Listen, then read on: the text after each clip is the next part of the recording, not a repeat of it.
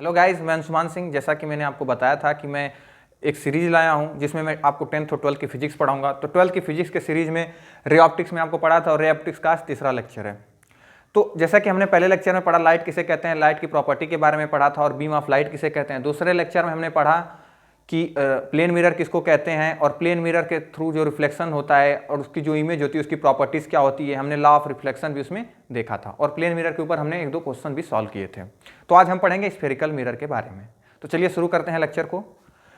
तो सबसे पहले जानते हैं कि स्फेरिकल मिरर कहते किसको हैं। तो सबसे पहले आपको ये पता होना चाहिए कि स्फेयर कहते किसको हैं। स्फेरिकल मिरर कहने से पहले हमें जानना होगा कि स्फेयर किसको कहते हैं। तो स्फेयर को हम कहते हैं गोला। स्फेयर को हम हिंदी में क्या कहते हैं? गोला। तो गोला क्या चीज है? जैसे बॉल हुआ, अब बॉल नहीं है तो क्या वो स्फेयर है। बॉल क्या है? स्फेयर है। स्फेयर है। अब इस स्फेयर है तो आप एक आउटर सरफेस होगा, एक इनर सरफेस होगा। ये इनर सरफेस होगा, ये हुआ आउटर सरफेस।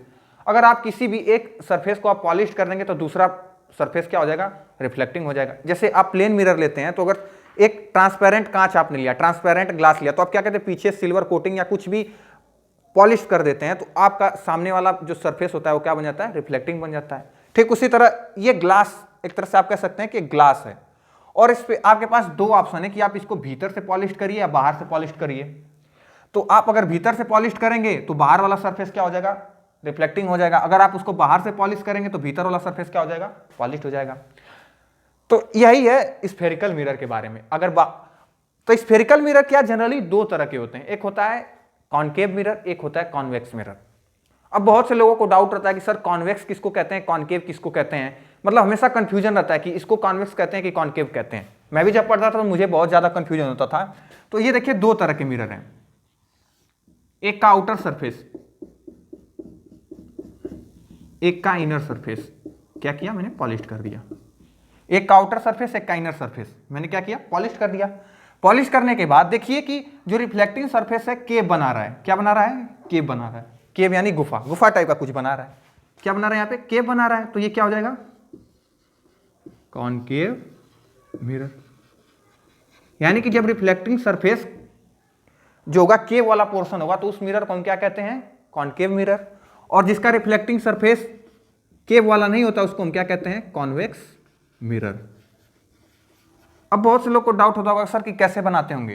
जैसे आप ये तो स्फेरिकल मिरर है लेकिन आपने तो इसको स्फेयर है या स्फेयर का पार्ट ही देखा है। तो हम क्या करते हैं कि स्फेयर के पार्ट से ही हम स्फेरिकल मिरर बनाते हैं। जैसे इतना मैंने इसको पॉलिश कर दिया और मैंने क्या किया? चाकू से इसको मैंने कट कर दिया। चाकू से मैंने इसको कट कर दिया। तो अब ये देखो पार्ट किसका है? ये है तो स्फेयर का ही पार्ट ना, तो इसको स्फेरिकल मिरर ही कहेंगे। इसको क्या कहेंगे? स्फेरिकल मिरर ही कहेंगे। अब स्फेरिकल मिरर से रिलेटेड बहुत सारे टर्म हैं, जैसे कि रेडियस ऑफ कर्वेचर किसको कहते हैं, सेंटर ऑफ कर्वेचर किसको कहते हैं, प्रिंसिपल एक्सिस किसको कहते हैं, पोल किसको कहते हैं। इन सारी बातों को हम देखते हैं। तो जैसे कि हमें पता है कि हमने जो मिरर बनाया वो स्फेयर से बनाया। तो स्फेयर से बनाया तो स्फेयर का कुछ ना कुछ सेंटर होता होगा। तो मान लीजिए स्फेयर का सेंटर यहाँ पे ये सी है। अब स्फेयर का कुछ रेडियस भी होता होगा। तो सेंटर से अगर आउटर सरफेस को हमने मिलाया तो इसको हम क्या बोलते हैं? रेडियस बोलते हैं। और यही रेडियस क्या होता है? रेडियस ऑफ कर्वेचर होता है।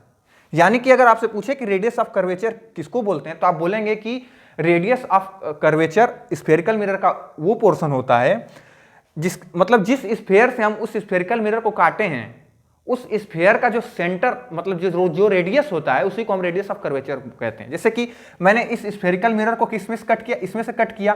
तो यानी स्फेरिकल मिरर इस स्फेयर का क्या था? पार्ट था। तो इस स्फेयर का जो रेडियस होगा वही स्फेरिकल मिरर का क्या होगा? रेडियस ऑफ कर्वेचर होगा। अब वही पूछते हैं सेंटर ऑफ कर्वेचर किसको कहते हैं? वही चीज कि इस मिरर को हमने जिस स्फेरिकल पार्ट से कट किया है उसका जो सेंटर होगा वही इस मिरर का क्या होगा? सेंटर ऑफ कर्वेचर होगा। फिर से आपको बताता हूं क्योंकि अभी मैंने बोला शायद आपको समझ ना आया हो। रेडियस ऑफ कर्वेचर किसको बोलते हैं? यानी ये स्फेरिकल मिरर जिस स्फेयर का पार्ट होगा उस स्फेयर की जो रेडियस होती है उसी को हम बोलते हैं रेडियस ऑफ कर्वेचर। अब सेंटर ऑफ कर्वेचर या सेंटर किसको बोलते हैं? यानी कि ये मिरर जिस स्फेयर के पार्ट होंगे उस स्फेयर का जो सेंटर होता है उसी को हम क्या बोलते हैं? सेंटर ऑफ कर्वेचर या सिंपल सेंटर बोलते हैं। तो ये सारी बातें थी सेंटर ऑफ कर्वेचर और सेंटर से रिलेटेड।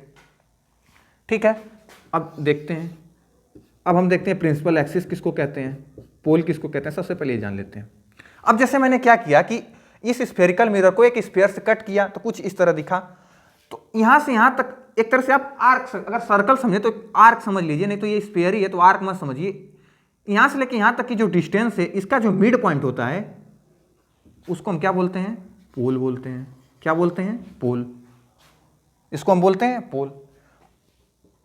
और पोल और सेंटर को मिलाने वाली लाइन को हम क्या बोलते हैं, प्रिंसिपल एक्सिस। क्या बोलते हैं, प्रिंसिपल एक्सिस। यानी कोई पूछे प्रिंसिपल एक्सिस किसको बोलते हैं, तो आप बोलेंगे कि सेंटर ऑफ कर्वेचर और पोल को मिलाने वाली लाइन को क्या बोलते हैं, प्रिंसिपल एक्सिस। ये तो था कन्वेक्स कनकेव मिरर के लिए प्रिंसिपल एक्सिस। अब कन्वेक्स मिरर के लिए प्रिंसिपल एक्सिस क्या होगा, कन्वेक्स मिरर में क्या होगा, इनर सरफेस क्या होता है, वो पॉलिश्ड होता है, तो यानी इसका भी तो पोल होगा और इसका कुछ सेंटर कुछ यहाँ पे होगा। तो यानी आप इसको धीरे धीरे एक्सटेंड कीजिए और इसको भी इधर लाइए दोनों तरफ, तो यही जो लाइन होगी, यही जो होगी, इसी को हम क्या बोलते हैं, प्रिंसिपल एक्सिस बोलते हैं। ये बातें थी किसके बारे में, पोल किसको कहते हैं, सेंटर ऑफ कर्वेचर किसको कहते हैं। अब बात करते हैं अपर्चर किसको कहते हैं, अपर्चर।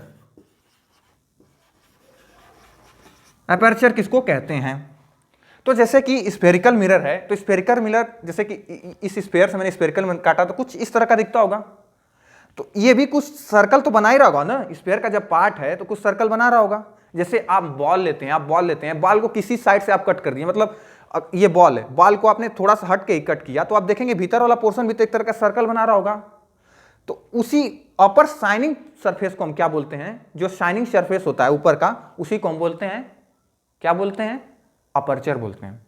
और उसकी जो रेडियस होती है, यानी जो जिस पार्ट सर्कल के जिस पार्ट से हम कट किए हैं उस मिरर को, सारे सर्कल ने स्फीयर के जिस पार्ट से हम उस मिरर को कट किए हैं, और वो मिरर का जो ये अपर वाला सरफेस, ये अपर वाला एक ऐसे सर्कल बना रहा होगा, उसका जो रेडियस होता है उसको हम बोलते हैं रेडियस ऑफ अपर्चर। क्या बोलते हैं, अपर्चर का रेडियस उसको बोलते हैं। क्लियर हुआ, फिर से मैं बताता हूं, ध्यान से सुनिए कि अपर्चर किसको कहते हैं। जैसे कि आपने एक स्फीयर हुआ, एक बड़ा सा स्फीयर हुआ, जैसे एक बॉल ही लेते हैं, आप बॉल को आप जरा सा साइड से देखते हैं, बीच से कट कर दिया जाता है, तो आप देखते हैं तब भी भीतर एक सर्कल वाला पोर्शन दिखाई देता है ना, कि हाँ ये बाहर वाला जो है एक सर्कल बना रहा है ना, तो यानी उसी सरफेस को हम क्या बोलते हैं कि अपर्चर है। उसी तरह अगर मिरर, मतलब मिरर से बीच से ना, मतलब मिरर स्फेरिकल मिरर को बीच से नहीं, कहीं से भी आप काट सकते हैं, कहीं से आप कट करेंगे तो आपको दिखेगा कि यहाँ एक सर्कल बना रहा है। मैंने बॉल से समझाया, लेकिन कहीं से कट करेंगे तो क्या दिखाएगा कि सर्कल बना रहा है। तो वही सर्कल की जो रेडियस होती है उसको हम क्या बोलते हैं कि रेडियस ऑफ अपर्चर बोलते हैं, और जो शाइनिंग सरफेस होता है उसी को हम क्या बोलते हैं, अपर्चर बोलते हैं।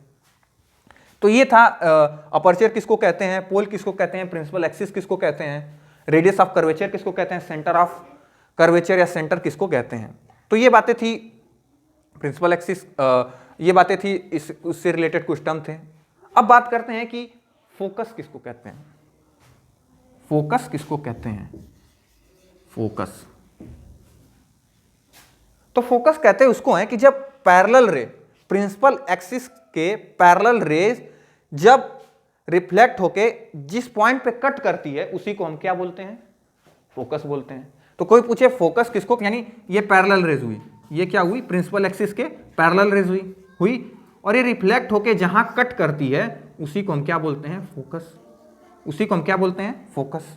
अब जैसे ये तो कनकेव मिरर है, कनकेव मिरर है, कॉन्वेक्स मिरर में फोकस कहाँ होगा। जैसे अब रिफ्लेक्टिंग सरफेस तो ये, तो रे कुछ यहाँ से आएगी, रे कुछ यहाँ से आई, रे यहाँ से आई और ये तो रिफ्लेक्ट करके इधर गई, तो यानी कहाँ से कट करती है, यानी कहाँ से अपीयर होती है, कट करती है, उसी को हम क्या बोलते हैं, फोकस बोलते हैं।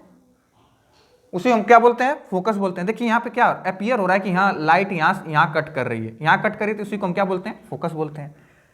तो ये बातें थी फोकस के बारे में। जैसे अब हम क्या पढ़ेंगे, अब हम पढ़ेंगे कि जैसे एफ बराबर क्या होता है। जैसे फोकल लेंथ, फोकल लेंथ किसको कहते हैं, एक पहले ये जान लेते हैं फोकल लेंथ कहते हैं किसको है। तो फोकल लेंथ कहते हैं हम कि पोल से लेके और जिस पॉइंट पे ये रे या तो लग रहा है कि यहां पे कट कर रही है, मतलब पैरेलल रेज जहां पे लग रहा है कि जाके कट कर रही है, इसके बीच के डिस्टेंस को हम क्या बोलते हैं, फोकल लेंथ बोलते हैं। जैसे इसमें क्या है कि ये पैरेलल रेज कहां कट कर रही है, यहां पे कट कर रही है, और पोल से लेके जहां पे पैरेलल रेज जिस पॉइंट पे प्रिंसिपल एक्सिस को कट रही है उसके बीच के डिस्टेंस को हम क्या बोलते हैं, फोकल लेंथ बोलते हैं। तो बहुत से लोगों को ये लगता है कि सर फोकस बराबर तो r/2 होता है, फोकल लेंथ बराबर क्या होता है, r/2 होता है, लेकिन ये गलत है। ऐसा क्यों है, अभी हम पढ़ते हैं। तो जैसा मैंने बताया कि फोकल लेंथ बराबर बहुत लोग लिखते हैं कि f बराबर होता है r/2, r यानी रेडियस ऑफ कर्वेचर और अपॉन 2 होता है। ऐसा कहना गलत है, ये होता है लेकिन कब होता है, एक स्पेशल केस होता है, उसके बारे में हम देखेंगे। तो सबसे पहले आप क्या कीजिए कि मैं कॉन्केव मिरर पे ही पेन पेपर निकाल के लिख लीजिए आप, ये बहुत इंपॉर्टेंट क्वेश्चन है, ठीक है। ये मैंने बनाया प्रिंसिपल एक्सिस, ये हुआ सेंटर ऑफ कर्वेचर, ये हुआ पोल, और मैं क्या किया, एक रे आई और यहाँ से रिफ्लेक्ट हुई, उसको मैंने क्या नाम दिया, फोकस, उसको मैंने क्या नाम दिया, फोकस। तो जैसे देखिए ये पैरेलल आके कट की कहाँ पे, और इस पॉइंट को मैंने एफ नाम दिया, फोकस ने इसको मैंने एफ नाम दे दिया, क्या नाम दे दिया, एफ नाम दे दिया। अब जैसे कि पता है कि लॉ ऑफ रिफ्लेक्शन सेटिस्फाई करता है, तो यहाँ से एक नॉर्मल बनेगा। तो स्फेरिकल मिरर का नॉर्मल क्या होता है, सेंटर से जिस पॉइंट पर रिफ्लेक्शन हो रहा है उसको आप मिला दीजिए, सेंटर से जिस पॉइंट पर रिफ्लेक्शन हो रहा है उस पॉइंट को आप मिला दीजिए, तो वही नॉर्मल हो जाएगा। तो ये क्या होगा, थीटा, और ये भी क्या होगा, थीटा हो जाएगा, ठीक है। अब चूंकि ये रे और ये प्रिंसिपल एक्सिस क्या है, पैरेलल है, तो यानी अगर इस पॉइंट को मैं ए नाम दे दूं, तो यानी ए सी एफ का भी जो एंगल होगा वो क्या होगा, थीटा ही होगा। क्यों, क्यों थीटा होगा, क्योंकि ये पैरेलल है, ये पैरेलल है और ये भी पैरेलल है, तो यानी अल्टरनेट इंटीरियर एंगल क्या होते हैं, बराबर होते हैं किसके, पैरेलल रेज के, ठीक है। दो पैरेलल लाइन के अगर बीच के अल्टरनेट इंटीरियर एंगल जो होते हैं वो क्या होते हैं, बराबर होते हैं, तो उस हिसाब से ये भी क्या होगा, थीटा होगा। अब थीटा होगा, आप क्या कीजिए कि एफ से आप क्या कीजिए, परपेंडिकुलर ड्रा कीजिए, और इस पॉइंट को मैंने नाम दे दिया डी। एफ से मैंने क्या किया, परपेंडिकुलर ड्रा किया, तो कुछ ये फिगर कुछ इस तरह से दिखेगा। मैं बना देता हूं फिगर को, इस पॉइंट को मैंने क्या दे दिया, डी, इसको मैंने दिया सी, इसको मैंने दिया ए, इसको मैंने दे दिया एफ, ठीक है। और फोकल लेंथ क्या है, ये एफ और पी पॉइंट के बीच की दूरी को हम फोकल लेंथ कहते हैं। तो अगर मान लिया जाए कि सी एफ की दूरी अगर एक्स है, तो फोकल लेंथ की दूरी क्या बोल सकते हैं, ये टोटल क्या होगा, आर होगा ना, तो आर माइनस एक्स होता है ना, आर माइनस होगा ना, होगा। तो अब देखिए, अब चूंकि ये एंगल अगर बराबर है और ये आपने परपेंडिकुलर डाला है, तो यानी दोनों एंगल जब बराबर है तो यानी ये आइसोसेलेस ट्राइंगल होगा, तो यानी ये दोनों साइड बराबर होगी। और जब आइसोसेलेस ट्राइंगल के एक पॉइंट से जब हम परपेंडिकुलर डालते हैं तो दोनों इक्वल पार्ट्स में कट करते हैं, यानी क्या होगा, AD बराबर किसके होगा, CD के बराबर होगा कि नहीं होगा, AD बराबर किसके होगा, CD के बराबर होगा, ठीक है। अब A और C की चूंकि दूरी कितनी है, A और C की दूरी कितनी है, A और C की दूरी क्या होगी, R, क्योंकि C और A क्या है, रेडियस है। ये स्फेरिकल मिरर है ना, और सेंटर से स्फेरिकल मिरर के किसी पॉइंट तक की जो दूरी होती है वो क्या होती है, R होती है। तो यानी AD बराबर AC बराबर क्या होगा, R होगा, AC बराबर क्या होगा, R होगा। और CD की वैल्यू कितनी होगी, CD की वैल्यू होगी R/2, क्योंकि ये आइसोसेलेस आइसोसेलेस ट्राइंगल है, तो आइसोसेलेस ट्राइंगल है, तो यानी कि अगर इसके एक पॉइंट से जब परपेंडिकुलर डाला जाता है तो ये वाली साइड को यानी AC साइड को दो इक्वल पार्ट्स में कट करती है, तो ये हुआ, यानी AD और CD ये दोनों बराबर होंगे, तो CD बराबर R/2 होगा, ठीक है। अब क्या करते हैं, इस ट्राइंगल में हम क्या ले लेते हैं, इस ट्राइंगल में हम cos थीटा लेते हैं, इसका cos थीटा लेते हैं, तो यानी cos थीटा बराबर क्या होगा इस ट्राइंगल के लिए। अब ये तो ये जैसे कि cos थीटा लेना है हमें, तो ये इसको कुछ कह नहीं सकते हैं, cos थीटा तो इसको लेना है, तो आप क्या कह सकते हैं, ये इसके बीच किसके cos थीटा किस ट्राइंगल में, इन ट्राइंगल CDF में cos थीटा अगर हमने लिया तो cos थीटा हमने लिया तो क्या होगा, R/2, और CF को हमने क्या माना है, x माना है, तो क्या होगा R/2x। तो इसको क्या लिख सकते हैं, R/2x लिख सकते हैं कि नहीं लिख सकते हैं। cos थीटा को हम क्या लिख सकते हैं, R/2x। तो x को हम क्या लिख सकते हैं, x को हम लिख सकते हैं R/2 cos थीटा लिख सकते हैं, R/2 cos थीटा।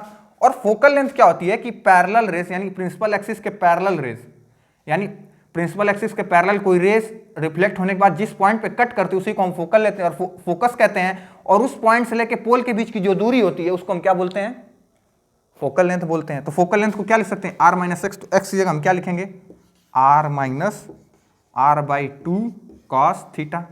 अब इसको हम ये भी लिख सकते हैं r minus r by two sec theta, लिख सकते हैं कि नहीं लिख सकते हैं? लिख सकते हैं। तो यानी कि फोकल लेंथ की जो वैल्यू होती है वो होती है r minus r by two sec theta होती है। ऐसा क्यों होता है मैंने यहां पे प्रूफ करके बताया, लेकिन ये भी होता है। ये कब होता है? ये तब होता है जब ये रेस क्या होंगी, पैरा एक्सियल होती हैं। तो ये बहुत इंपॉर्टेंट कॉन्सेप्ट है, इसको आप जरूर से याद रखिएगा। पैरा एक्सियल होती हैं तभी ये होता है। तो पैरा एक्सियल कहते हैं किसको है? यानी कि जो रे अगर प्रिंसिपल एक्सिस के बहुत पास होगी उसी को हम, उस रे को हम क्या बोलते हैं कि पैरा एक्सियल रे। यानी कि अगर, अब चूंकि हम क्या बोलते हैं कि आप ये भी बोल सकते हैं कि रेडियस ऑफ अपर्चर अगर बहुत छोटा होगा, किससे? रेडियस ऑफ कर्वेचर से, तो हम बोल सकते हैं कि जो रेज होंगी वो पैरा एक्सियल होंगी। जो रेज होंगी वो क्या होंगी? पैरा एक्सियल होंगी। ठीक है, तो रेडियस ऑफ अपर्चर बहुत छोटा होगा, किससे? रेडियस ऑफ कर्वेचर से। तो जो रेज होती हैं वो पैरा एक्सियल होती हैं। या आप ये भी कह सकते हैं कि अगर प्रिंसिपल एक्सिस के बहुत पास अगर रेज जाती हैं तो उन रेज को हम क्या बोलते हैं? पैरा एक्सियल रे बोलते हैं। क्या बोलते हैं? पैरा एक्सियल रे बोलते हैं। क्योंकि हम बहुत बड़ा स्फीयर लेते हैं और स्फीयर का हम बहुत छोटा सा पार्ट कट करते हैं। जैसे मैंने स्फीयर लिया और स्फीयर का, जैसे इसको मैंने किया और इसका मैंने बहुत छोटा सा पार्ट, तो देखा एक स्फीयर का मैंने कितना बहुत छोटा सा पार्ट मैंने यहाँ से कट कर दिया और इसी को मैंने क्या बनाया? स्फेरिकल मिरर बना दिया कि नहीं बना दिया? तो इस पे जो भी रेस गिरेंगे वो तो पैरा एक्सियल ही होंगी ना, क्योंकि ये कंडीशन रेडियस ऑफ कर्वेचर बहुत ज्यादा होना चाहिए, किससे? रेडियस ऑफ अपर्चर से। तो उसको हम क्या बोलते हैं? पैरा एक्सियल रे बोलते हैं। तो जब पैरा एक्सियल रे होंगी तो सेक थीटा की वैल्यू क्या होगी? नियर अबाउट 1 होगी। जब सेक थीटा की वैल्यू नियर अबाउट 1 होगी पैरा एक्सियल रे के लिए, तो फोकल लेंथ की जो वैल्यू हो जाएगी, वो क्या हो जाएगी? r minus r by two, जिसको हम क्या कहते हैं? r बाई टू कहते हैं। तो क्वेश्चन अगर कभी पूछे आपसे कि किसी स्फेरिकल मिरर पे पैरेलल रेज आ रही है और जिस पॉइंट पे कट कर रही है तो उसकी लेंथ बताइए, यानी वो लेंथ बताइए, पोल से लेके उस पॉइंट की दूरी आप बताइए, तो आप r बाई टू डायरेक्ट नहीं लिखेंगे। अगर ये कहता है कि पैरा एक्सियल रे कहता है तब आप ये लिख सकते हैं r बाई टू। अगर पैरा एक्सियल नहीं कर रहा है तो आप ये फार्मूला लगाइएगा, r minus r by two sec theta वाला फार्मूला। तो ये बातें थी फोकल लेंथ की वैल्यू कितनी होती है, फोकल लेंथ निकालते कैसे हैं, उससे रिलेटेड कुछ प्रूफ था। अब उसमें हम कुछ क्वेश्चंस करेंगे। तो जो फोकल लेंथ से रिलेटेड सवाल था, इस क्वेश्चन में देखिए कि इस रे और प्रिंसिपल एक्सिस के बीच की जो दूरी है वो क्या है? 3 सेंटीमीटर है। क्या है? 3 सेंटीमीटर। और इसका रेडियस जो दिया है, यानी सी से लेके ए पॉइंट की जो डिस्टेंस दी है वो क्या दी है? 5 सेंटीमीटर दी है। तो हमें क्या पता करना है? पीएफ, यानी एक तरह से बोल सकते हैं फोकल लेंथ पता करना है। तो क्या इसमें आप ये फार्मूला लगा सकते हैं, जैसे कि एफ बराबर आर बाई टू वाला? नहीं लगा सकते हैं, क्योंकि ये जो है ये 3 सेंटीमीटर और 5 सेंटीमीटर एक तरह से कहा जाए ज्यादा वो नहीं है, मीन्स कि इन दोनों के बीच ज्यादा डिफरेंस नहीं है। मतलब ये 5 सेंटीमीटर 3 सेंटीमीटर एक दूसरे के आसपास ही है। ऐसा नहीं है कि 5 सेंटीमीटर बहुत बड़ा है 3 सेंटीमीटर से, ये दोनों आसपास ही है। तो इसमें ये वाला फार्मूला लगाना गलत होगा। तो आप कौन सा फार्मूला लगाएंगे? एफ बराबर आर माइनस आर बाई,